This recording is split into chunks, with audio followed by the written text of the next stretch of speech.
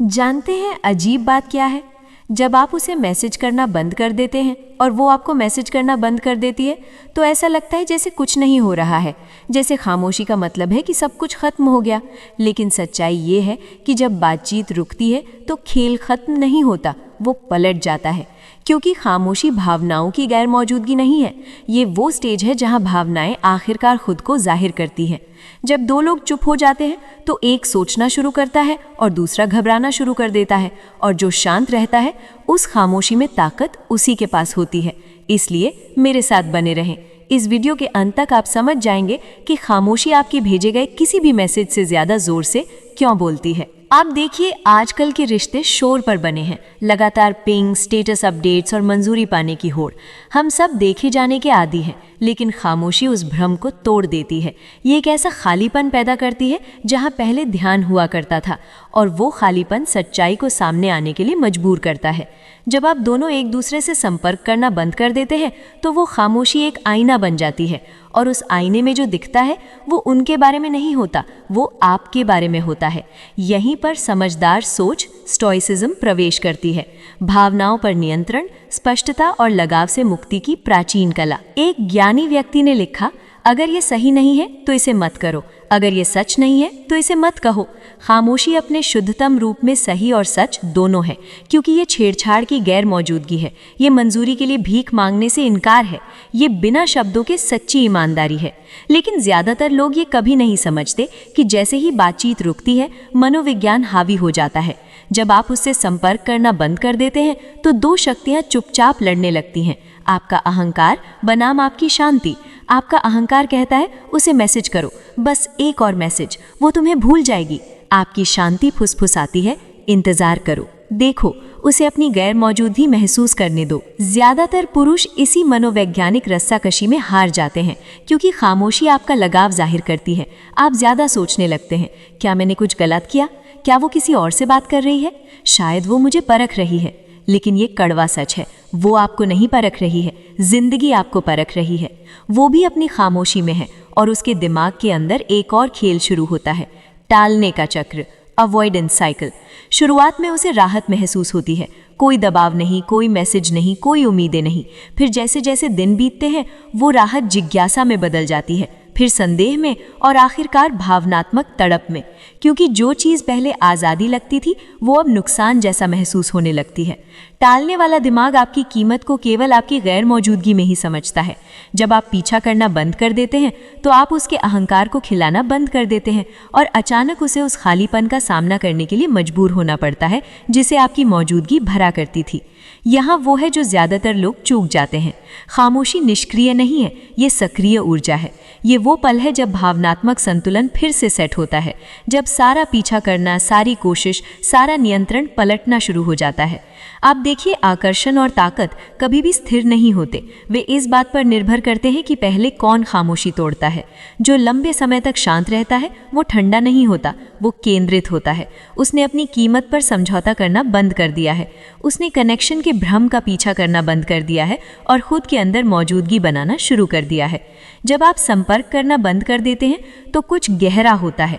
आपकी खामोशी एक आईने में बदल जाती है जो दूसरे व्यक्ति के व्यवहार को बढ़ा चढ़ा कर दिखाती है। अगर वो सच्ची होती तो वो आपकी गैर मौजूदगी को महसूस करना शुरू करती और खुद संपर्क करती। अगर वो चालाक होती तो वो कहीं और ध्यान चाहती। किसी भी तरह से खामोशी सच्चाई को शब्दों से ज्यादा तेजी से उजागर करती है, और यही समझदारी का फायदा है। दुनिया के घूमते रहने पर भी स्थिर खड़े रहने की क्षमता। एक ज्ञानी ने कहा था, ये मायने नहीं रखता कि आपके साथ क्या होता है, बल्कि ये मायने रखता है कि आप उस पर कैसी प्रतिक्रिया देते हैं। आपकी खामोशी आपकी प्रतिक्रिया है। ये कोई कमजोरी नहीं है, ये भावनात्मक अनुशासन है, जो ताकत का सबसे ऊंचा रूप है। मैं अभी आपसे सीधे बात करती हूँ, क्योंकि यही वो परीक्षा है जो असली ताकत को परिभाषित करती है। जब आप दोनों एक दूसरे से संपर्क करना बंद कर देते हैं तो आपका दिमाग समापन चाहेगा, और आप कुछ समझाना, ठीक करना या साबित करना चाहेंगे। लेकिन यहीं पर ज्यादातर लोग अपनी ही शक्ति को तोड़ देते हैं, क्योंकि हर जवाब की जरूरत शब्दों से नहीं होती। कुछ जवाब दूरी से दिए जाते हैं, कुछ जवाब आत्मसम्मान से दिए जाते हैं और कुछ जवाब बिल्कुल नहीं दिए जाते, क्योंकि कभी कभी चुप रहना ये दिखाने का सबसे साफ तरीका होता है कि आप खुद को खोने के लिए नहीं बने, आप किसी की अस्थायी उलझन नहीं है, आप किसी के खाली समय का सहारा नहीं है। और जब आप ये साबित करना बंद कर देते हैं कि आप रहने लायक हैं, तभी सामने वाला पहली बार महसूस करता है कि उसने क्या खोया है। खामोशी में कोई ड्रामा नहीं होता, कोई भीख नहीं होती, कोई सफाई नहीं होती, बस एक साफ सीमा होती है, और सीमा ही आत्मसम्मान की भाषा है। अगर वो वापस आती है तो आप सच्चाई जान जाते हैं, और अगर नहीं आती तो भी आप सच्चाई जान जाते हैं, क्योंकि खामोशी का सबसे बड़ा तोहफा ये है कि ये आपको किसी और की प्रतिक्रिया पर नहीं छोड़ती, ये आपको खुद के पास वापस ले आती है, और यही वो जगह है जहाँ से असली ताकत शुरू होती है। ये स्वाभाविक है, ये इंसानी पक्ष है, लेकिन एक समझदार व्यक्ति ये जानता है कि समापन बातचीत से नहीं आता, ये स्वीकृति से आता है। अगर कोई सच में आपको महत्व देता है तो आपकी गैर मौजूदगी आपके लिए बोलेगी। आपको उन्हें अपनी कीमत याद दिलाने की ज़रूरत नहीं है, वे इसे आपकी खामोशी में महसूस करेंगे। यही भावनात्मक नियंत्रण की सुंदरता है। आप लोगों को वापस जीतने की कोशिश करना बंद कर देते हैं और खुद को वापस जीतना शुरू कर देते हैं। सबक सरल है, खामोशी सज़ा नहीं है, ये संरक्षण है। आप उनसे हेरफेर करने के लिए उन्हें नज़रअंदाज नहीं कर रहे हैं, आप खुद का इतना सम्मान कर रहे हैं कि उस व्यक्ति को अपनी कीमत समझाना बंद कर दें जो इसे पहले से जानता है लेकिन भूलना चुनता है। और यहीं से आपकी ताकत वापस आती है, क्योंकि जब आप संपर्क करना बंद कर देते हैं तो आप उन्हें नहीं खोते, आप खुद को वापस पा रहे होते हैं। तो वास्तविक जीवन में ये कैसा दिखता है? इसे व्यवहारिक बनाते हैं। जब आप दोनों बात करना बंद कर दें तो उस खामोशी को चिंता से ना भरें, इसे उद्देश्य से भरें। व्यस्त हो जाएं, दिखाने के लिए नहीं बल्कि खुद के विकास के लिए। जिम जाएं, पढ़ें, अपना शरीर बनाएं, अपना दिमाग तेज करें, अपने काम में महारत हासिल करें। ये सब उनका ध्यान पाने के लिए नहीं बल्कि खुद को ये याद दिलाने के लिए करें कि उनके बिना आप कौन हैं। हर बार जब आप खुद को संपर्क करने से रोकते हैं तो आप अपने दिमाग को फिर से तार दे रहे होते हैं।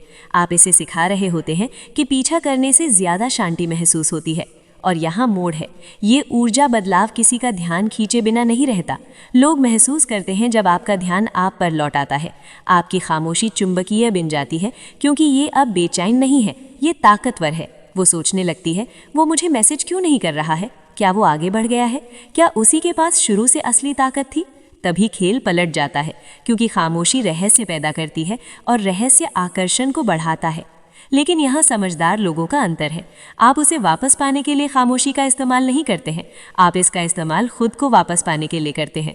जब आप अंदर से खुद का निर्माण करना शुरू करते हैं तो आप महसूस करते हैं कि वो कभी भी आपकी मंजूरी नहीं थी, केवल प्रतिबिंब थी। जैसे ही आपकी ऊर्जा स्थिर होती है, आप नतीजों का पीछा करना बंद कर देते हैं और शांति को अपनाना शुरू कर देते हैं। और विडंबना ये है कि तभी दुनिया और कभी कभी वो भी आपका पीछा करना शुरू कर देती है। तो मैं आपसे ये पूछती हूँ, अगर आप दोनों ने अभी संपर्क करना बंद कर दिया तो क्या आपकी खामोशी आपको शांति देगी या ये आपकी निर्भरता को उजागर करेगी? क्योंकि वो जवाब वही आपका सच है। ज़्यादातर लोग खामोशी को संभाल नहीं पाते क्योंकि ये उन्हें खुद का सामना करने के लिए मजबूर करती है, लेकिन एक समझदार व्यक्ति इसका स्वागत करता है।